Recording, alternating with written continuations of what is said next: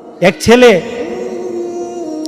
তার বাবার কাছে সাইকেল চায়, তার বাবার কাছে সাইকেল চায়, বাবা আমাকে একটা সাইকেল দাও। বাবা ছিল স্কুল মাস্টার, তো বাবা স্কুল মাস্টার, তার বেতন কি, সে কিভাবে সাইকেল কিনে দিবে? কিনে দেয় না। ছেলেও নাসুর বান্দা, সাইকেল চাই কিনে দেয় না, সাইকেল চাই কিনে দেয় না। একবার ছেলে বাবাকে বলল, বাবা আমাকে সাইকেলটা কিনে দাও না। বাবা রাগ করলেন, রাগ কিয়ে বললেন যে আরেকবার সাইকেল চাইবি তাহলে পিটামু, তুই আমাকে বিরক্ত করতেছিস। কি বলেন, আমরা বিরক্ত হই না মাঝে মাঝে? সন্তান যদি বেশি আমার ক্ষমতার বাইরে যদি সন্তান কিছু চায় তাহলে আমরা বিরক্ত হয়ে যাই। আরেকবার চাইবি তাহলে পিটা দেবো, তাহলে মাইর দেবো তোকে, তুই আমাকে বিরক্ত করতেছিস। সন্তান বারবার চাওয়ার কারণে বাবা বিরক্ত হয়ে গেল। সন্তান কিন্তু রাসূল বন্ধু, সন্তান বাবার দিকে তাকিয়ে করুণ সুরে কাঁদতে কাঁদতে বলল, বাবা তুমি কি মারবা? তুমি ছাড়া আমি কার কাছে চাইবো বলো? তুমি ছাড়া তো আমার আর চাওয়ার জায়গা নাই। তুমি আমার আব্বা, এছাড়া আমি কার কাছে চাইবো? দেওয়ার ক্ষমতাও যদি তোমার থাকে তোমার কাছে চাইবো, না চাইলে যেটাও তোমার কাছে চাইবো। আমি কার কাছে চাইবো বলো? তুমি আমাকে ফিরিয়ে দিবে, কিন্তু আমি ফিরিয়ে দিলে দিতে পারো, কিন্তু আমি কার কাছে চাইবো? আমার তো তুমি ছাড়া কেউই নাই। বাবার সাথে সাথে ছেলেটাকে বুকের মধ্যে আঁকড়িয়ে ধরলেন। বাবা তুই আমাকে এমন একটা কথা শোনালি, যা তোকে আগামীকাল সাইকেল কিনে দেবো। সুবহানাল্লাহ, সুবহানাল্লাহ।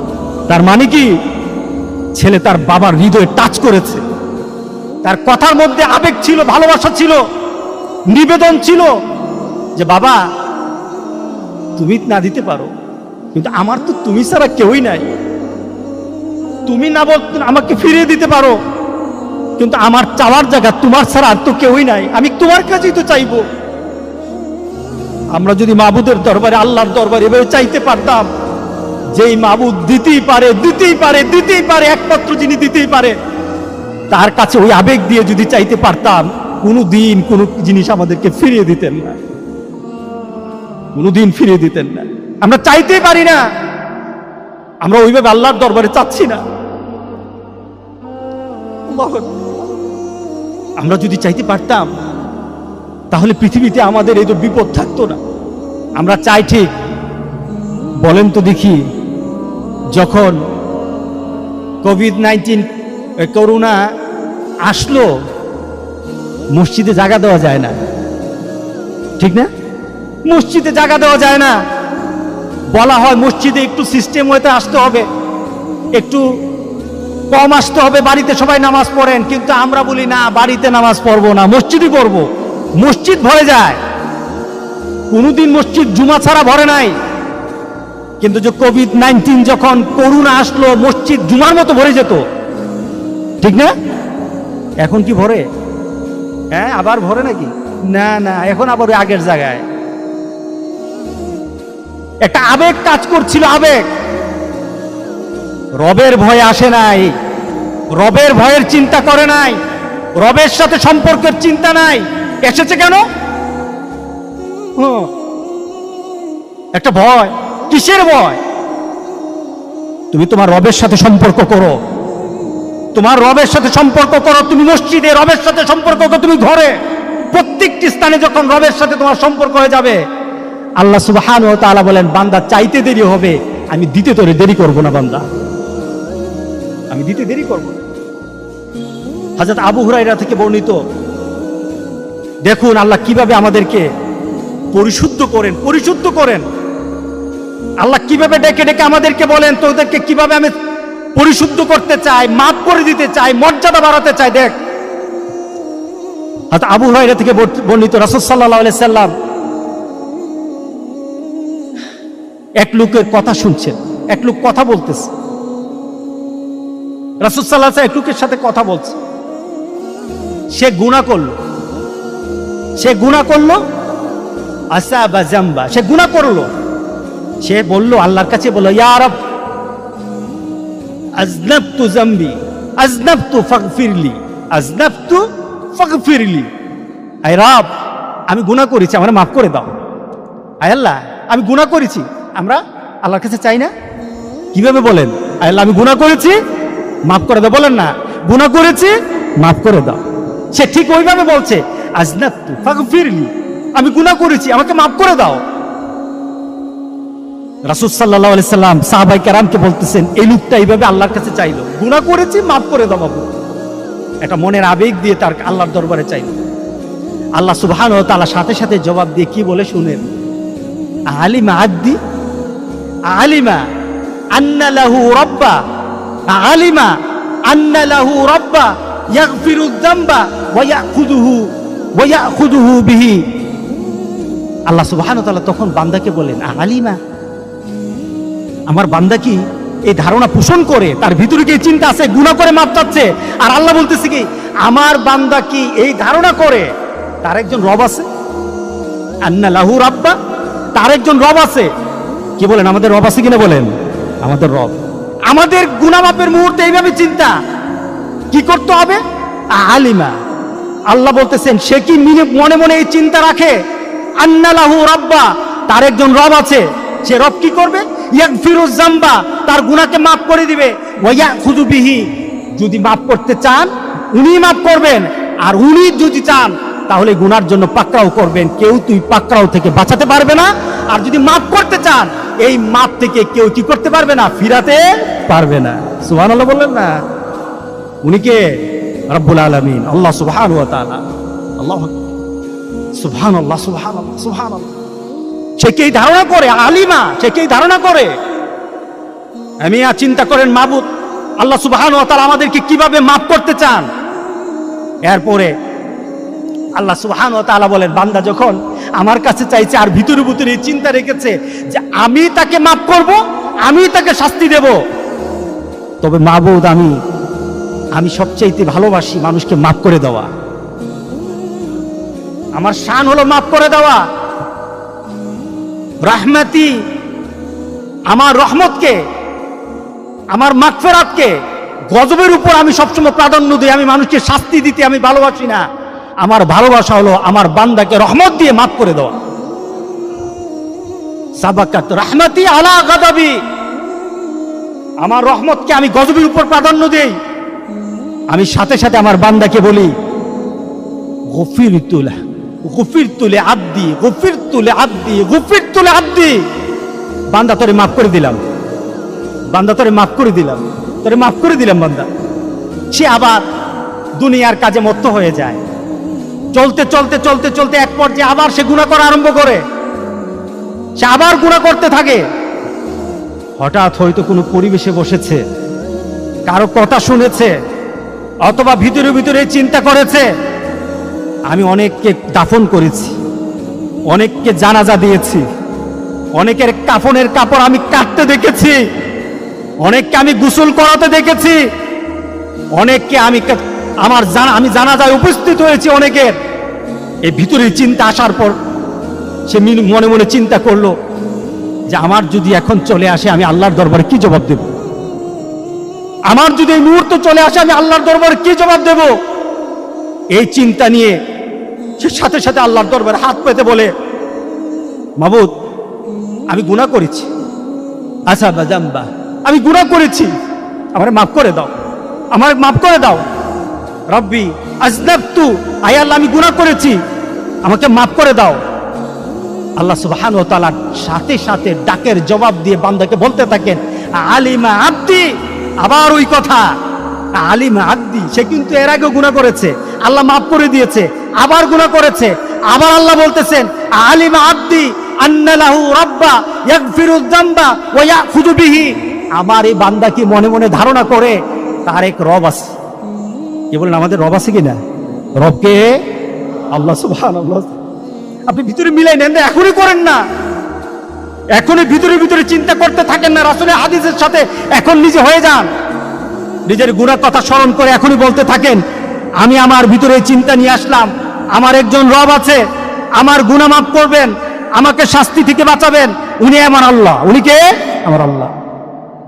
আপনি বাড়িতে যাওয়া দরকার, এখনই মাফ চান আল্লাহর দরবারে, এখনই চান।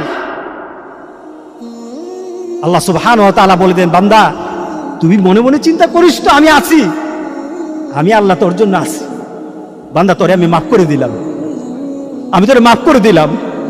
আল্লাহু আকবার, আল্লাহু আকবার বলি। গফিরতু লিআবদি, আমি আমার বান্দারে মাফ করে দিলাম, বান্দারে মাফ করে দিলাম।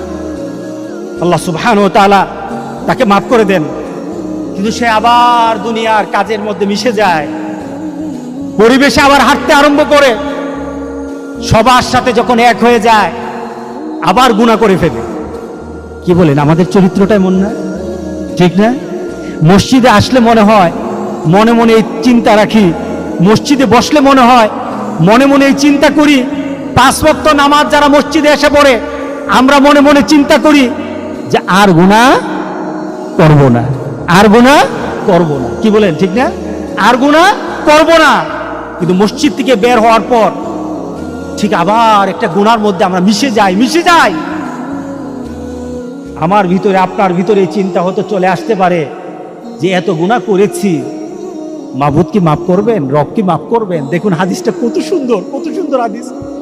আল্লাহ সুবহানাহু ওয়া তাআলা আবার ডাক দিয়ে বলেন, সেই বান্দা যখন গুনাহ করতে থাকে এরপরে সে আবার আল্লাহর দরবারে রাব্বি আযনাবতু, আয় আমার রব আমি গুনাহ করে ফেলেছি।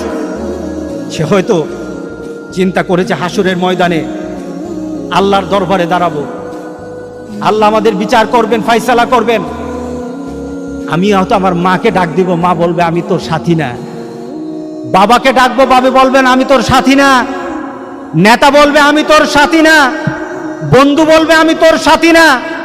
সবাই সেদিন ফিরিয়ে দিবে। আমি সেদিন কিভাবে বাঁচব? আমার একটা পথ আছে, আমার একটা পথ রাসূল সাল্লাল্লাহু আলাইহি ওয়াসাল্লাম জানিয়ে গেছেন। এই পথটা যদি কেউ অনুসরণ করে মওত পর্যন্ত চলে যায়, পাহাড় সমান গুনাহ থাকতে পারে, আল্লাহ বলেন সব গুনাহকে আমি মাফ করে দেব। তোর গুনাহ আকাশ সমান, আমি গুনাহকে মাফ করে দেব। বান্দা, গুনার পাহাড় নিয়ে আমার সামনে উপস্থিত হবি, আর তোর কাছে যদি ছোট্ট একটা তওবা থাকে, পাহাড় সমান গুনাহ, আর তোর কাছে একটা নিবেদন, একটা তওবার কথা, একটা তওবার একটা আল্লাহর দরবারে তওবার নিবেদন যদি তোর কাছে থাকে, আল্লাহ সুবহানাহু ওয়া তাআলা বলেন বান্দা যত গুনাহ হোক তোরে আমি মাফ করে দেব, বান্দা তোরে মাফ করে দেব, যত বড় গুনাহ হোক তোরে মাফ করে দেব। তওবার দরজা খোলা আছে কিনা? আছে কিনা বলেন? গুনাহ যেমন আছে, গুনাহকে ইরিজ করা, ইরিজ লিখলাম খাতা ভরা আমার রেকর্ডের মধ্যে খারাপই এই রেকর্ডটা উঠাতে হবে। ছোট ছোট বাচ্চাদের পেন্সিল আছে কিনা? পেন্সিল দেখছেন না? পেন্সিলের মাথা কি থাকে? এটা রাবার থাকে না? এই রাবারটা দিয়ে কি করে লেখা মুছে ফেলে। আমি মাঝে মাঝে রাবারটার দিকে তাকিয়ে থেকে মনে করি এই রাবারটা হলো আমাদের জন্য তওবা। সুবহানাল্লাহ বললেন না? রাবারটা হলো আমার জন্য তওবা। রাবারটা যেমন বাচ্চা ব্যবহার করে তার লেখাকে মুছে ফেলে, আল্লাহ সুবহানাহু ওয়া তাআলা বলেন বান্দা তওবা করবি, তোর শিরিক গুনাহ পর্যন্ত আমি তোর মাফ করে দেব। বান্দা, আল্লাহ এই কথা বলেন না? তোরে না এতবার মাফ করলাম। কি বলেন? আপনি কারোর সাথে খারাপ আচরণ করেছেন, সে আপনার প্রিয় ভাজন, একবার দুইবার, সে বলবে বারবার তুই পাইছসটা কি? ঠিক না? বারবার তুই পাইছসটা কি? তুই বারবার এই ভুলগুলি করতেছস, আবার আসতেছস, আরেকবার আসবো, তোর খবর আছে। আল্লাহ বলেন আমার দরবার এই কথা না, আমার দরবার এই কথা না। সুবহানাল্লাহ বলেন না? আমার দরবার গুনাহ করেছিস, চাইবি মাফ করতে থাকবো, চাইবি মাফ করতে থাকবো। আল্লাহু আকবার, আল্লাহু আকবার। আবার আল্লাহ সুবহানাহু ওয়া তাআলা বলেন আলিমা আব্দি, আমার বান্দা কি মনে মনে, এই বান্দা তোরে কিন্তু আরো কয়েকবার মাফ করেছি, আচ্ছা তোর ভিতর কি এই চিন্তা আছে আমি তোরে মাফ করব, আমি তোকে শাস্তি দেব, তোর একজন রব আছে, রবটা হলো আমি, তোর এই চিন্তা আছে কিনা? বলেন আছে কিনা সবার? তিনি কে? জোরে বলতে হবে তিনি কে? আমরা কি আল্লাহর দরবারে এভাবে চাইতে পারবো? এখনই চান, এখনই আল্লাহর দরবারে চান। আপনি এখনই আল্লাহর দরবারে বলে ফেলেন মাবুদ তুমি আমার রব, আমি তোমার কাছেই চাই। আপনি মনে মনে চান, কেউই জানবে না। জানে কে? জোরে বলেন জানে কে? আমাদের এখন মনের যে চাহিদা, মনের যে মানসিকতা, এই হাদিস শোনার পর মানসিকতা পরিবর্তন হয় কিনা বলেন তো দেখি? এখন হচ্ছে না? কার কাছে চাইবো বলেন? গুনাহ যত হবে কার কাছে চাইবো বলেন? আল্লাহর কাছে। আল্লাহু আকবার। আল্লাহ ডাক দিয়ে বলেন তুই কি ভিতরে ভিতরে চিন্তা রাখোস আমি তোরে মাফ করব, আর আমি তোর রব, আর আমি যদি ধরি কেউ তোরে বাঁচাতে পারবে না? কি বলেন? আমরা মনে করি কিনা বলেন? সাথে সাথে আল্লাহ সুবহানাহু ওয়া তাআলা বলেন, বান্দা আমি তোরে মাফ করে দিলাম। গফিরতু লিআবদি।